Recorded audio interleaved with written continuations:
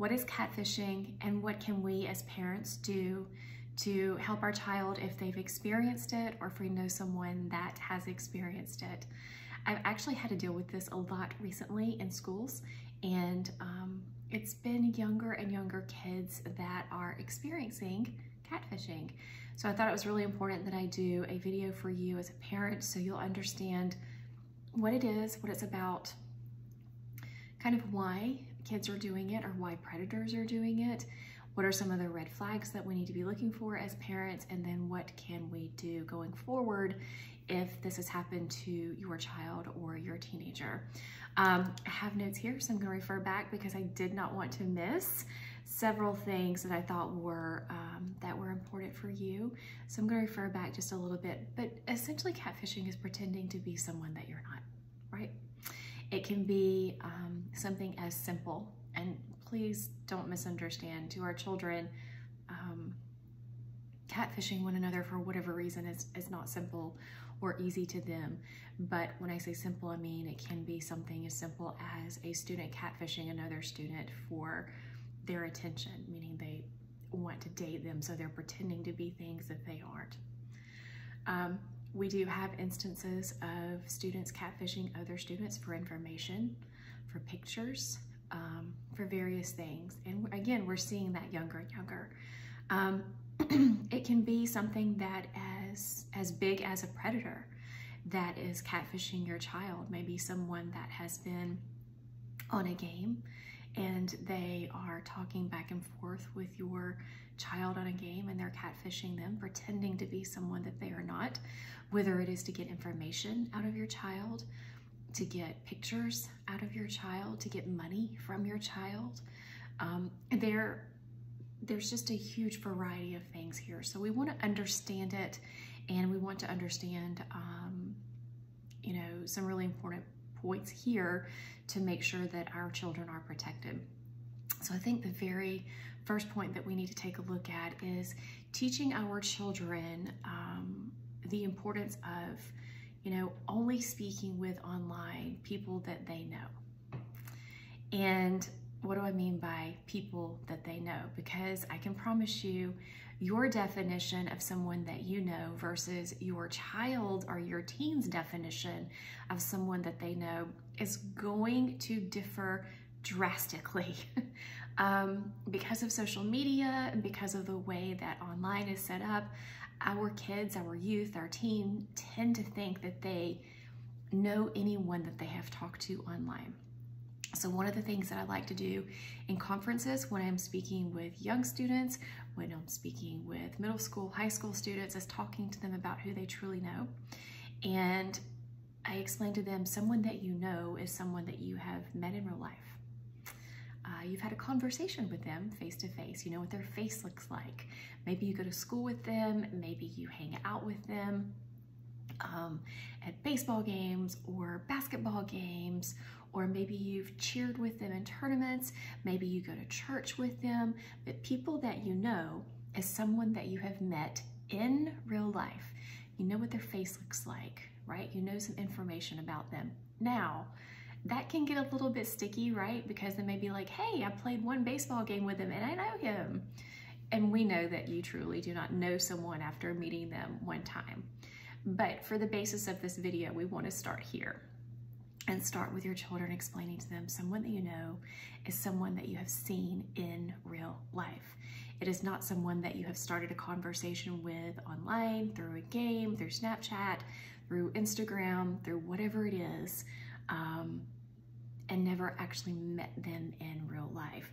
So teaching our children to understand the difference between really knowing someone and being able to talk to them versus not really knowing who they are talking to. This is so important. Secondly is creating an environment for our children that is open and warm and welcoming. And what do I mean by that?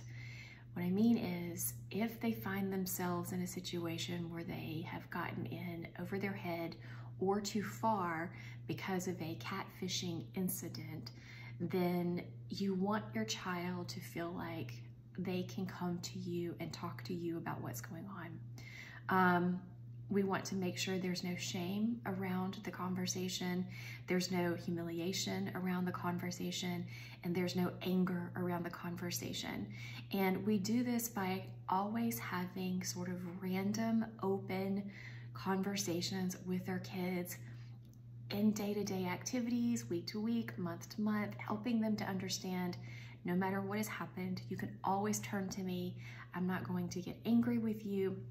If something happens, I'm going to be your biggest advocate to be able to help you. Many times our kids will get into a situation where they have been catfished, whether it is for, let's say for instance, for pictures, for information, and to them, this feels like the biggest thing in the entire world, especially if they are inappropriate pictures, that they feel like their entire world is caving in, and the shame that surrounds it, to tell you or to tell a trusted adult feels too big, and sometimes can feel too heavy and too much of a weight to bear.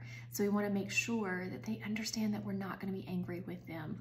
A lot of the people, their same peers, their age notwithstanding, meaning I'm not talking about age to age, same age catfish, but many of the people that do this really understand how to do it. What I'm talking about is someone that is an older teen, that is a young adult, that is an adult that is catfishing your child for whatever reason. They are very good at doing it. They're very skilled at it.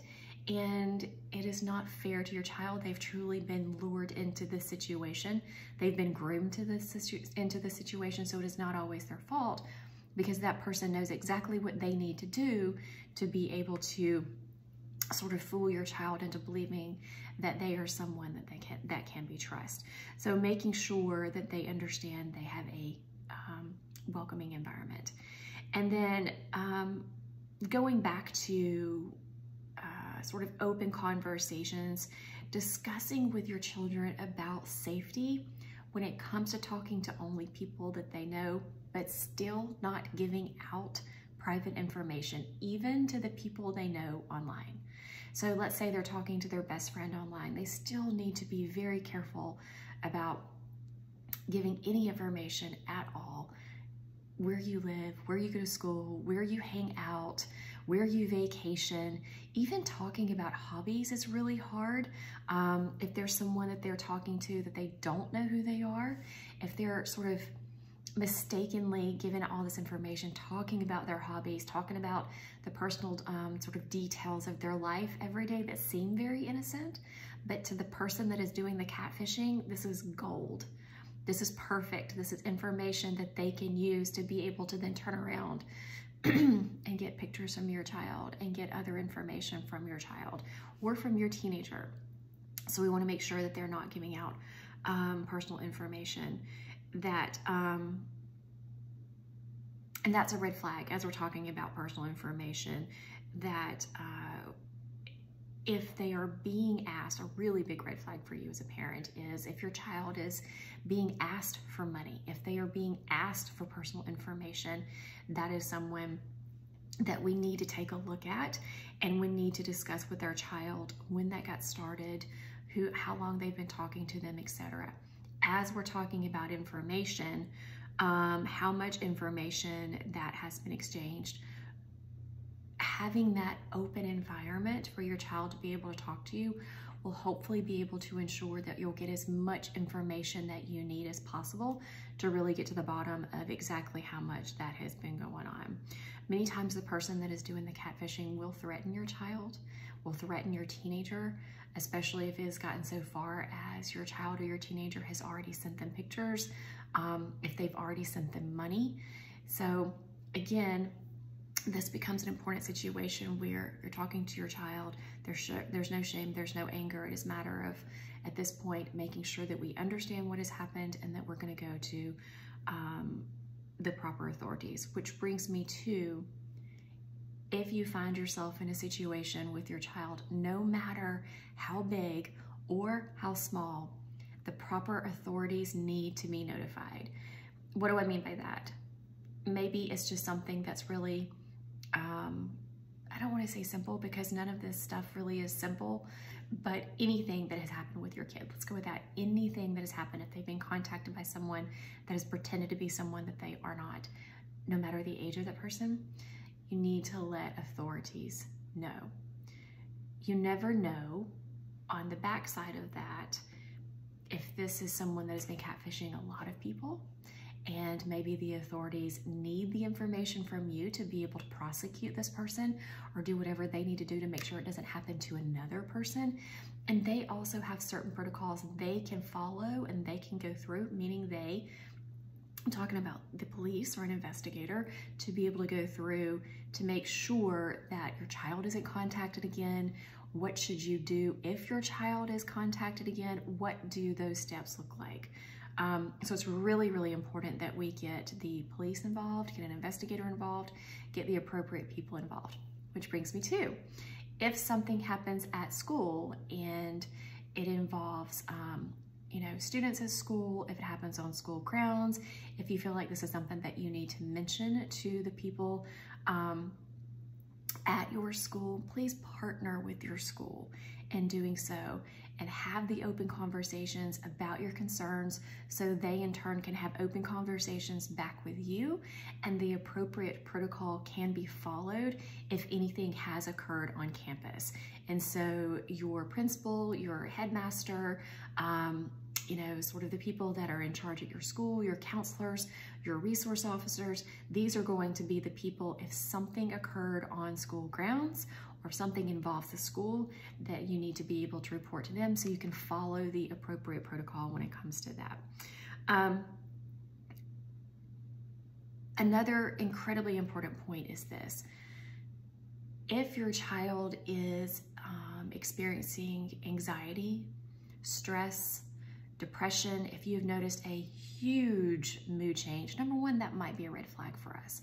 But number two, if this is happening after we know that a catfish situation has happened with your child, then we want to make sure that we get them help, whether it is through a counselor, a psychologist, a psychiatrist, through your pastor, whoever you turn to for support in your family. We want to make sure also that that person is well versed in situations like this, that they know how to follow the appropriate protocol and they know how to appropriately support your child or your teenager as they go through this process. Some of these catfishing incidents that have happened are very nuanced, very involved, and many times it doesn't involve just your child. It ends up involving the entire student body, their entire friend group. Your family may be involved. So it is incredibly important that we make sure that we're getting people in place that can support you, that can support your child or your teenager. I think those are probably the most important things. Looking at it as a whole, we understand the nature of social media and online, and that our children have access to others, which means that others have access to our children. So again, the very best things that you can do is have your open conversations with your children. So before you ever give them a device, explain to them the dangers, explain to them how important it is that they only speak with people that they know, using the definition of who you know, why you know them, being curious around that, and making sure that they have a supportive home environment that they can come to and be able to tell you anything. And then last but not least, we're gonna make sure that we're doing our random device checks. So you're picking up the phone, you're picking up the computer, you're taking a look at it. We already know how to use it. We already know how to check all these things. So we're just doing them to make sure that we are best protecting our kids. These things do happen. These things can happen to your child.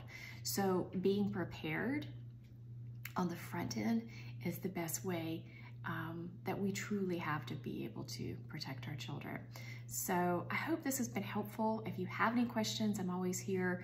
You can message me, you can give me a call if you need to, and I can further support you in this space. Or if you're looking for resources, if this has already happened and we're needing some very serious clinical intervention, I can also refer you in your area to your police department or to the people that you need to talk to that will be supportive for your family.